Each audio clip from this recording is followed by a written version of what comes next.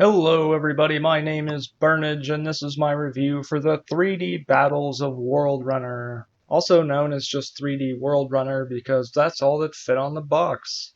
Back in the day, you would slap on your cheap blue and red paper 3D glasses, hit the 3D button, and really enter the game.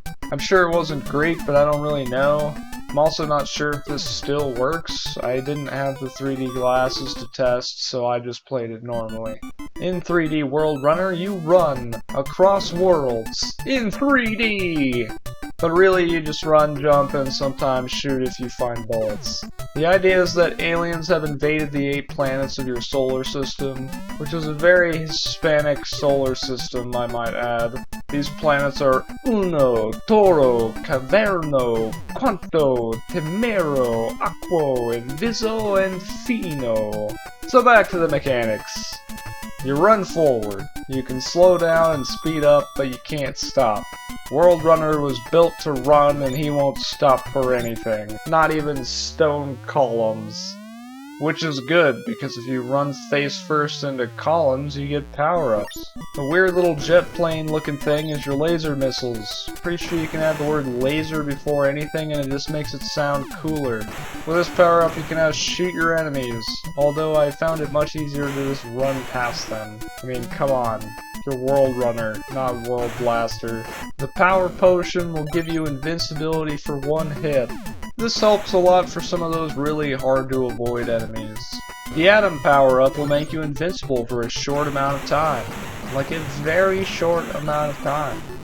Like it's almost worthless.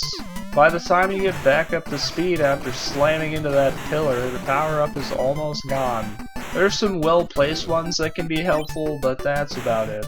The heart is an extra life, and the stars are just points. It's not really a power-up, but there are also balloons that you can grab to be taken to a bonus area. Here you can get stars, and there will also usually be stone columns to ram yourself into for power-ups. There's also this pretty rare clock power-up that gives you extra time. I didn't mention it before, but you gotta go fast. That's okay, because Worldrunner loves going fast. Every now and then you make it to a checkpoint in the level where you can start if you die. You can tell you at a checkpoint by your time being restored to full. I believe there were 4 sections to each stage, and then you fight a boss. Suddenly Worldrunner can fly. Oh, how I would have loved if his legs were still just running along during this, but sadly they finally come to a stop. Along with the fight, you get your laser missiles to shoot down the boss. If the boss touches you, you die.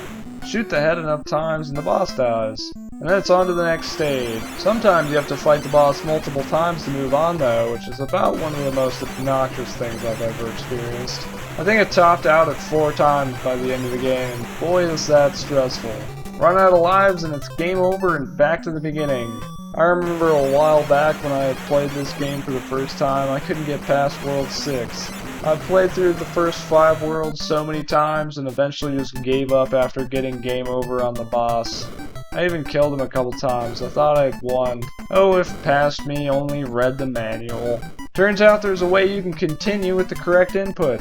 All you have to do is read the manual to find it. This lets you continue at the beginning of the world you got game over on. And then I still got game over time and time again on World 6. I can't even believe I made it to the boss back then. That level's nuts. You gotta jump across pillars, and getting that set up is tough. World 7 wasn't too bad. Things are just fast and you can't slow down. Then you get to World 8 and it's a whole new ballgame. I had to memorize every section and where I needed to be lined up with the background. Turns out you can use the background as an indicator for where you need to be. When you die and respawn, you will be back at the last checkpoint, but your placement horizontally is based on where you died.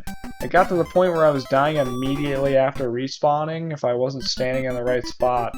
Thankfully, this is when I noticed the background thing, and things got much easier. Beat the 8th level and you beat the game. Then the bosses come out one at a time and slowly give you a code that you can input to play the game on hard mode. Input the code at the title animation just before starting the game, and the enemies will move twice as fast as they did on the normal setting. I don't think the bosses move any faster, which doesn't really make it a whole lot harder. The hardest part of this game is definitely the platforming, and that's the game. I think it's a severely underrated game. It's also very challenging though, so that's kinda gotta be your thing. I really like 3D Worldrunner a lot, and I recommend it to anyone who likes challenging retro games. Like and subscribe, because that would make me laser happy! That doesn't work as an adjective. In the meantime, I'll be running, and I'll see you in the next video.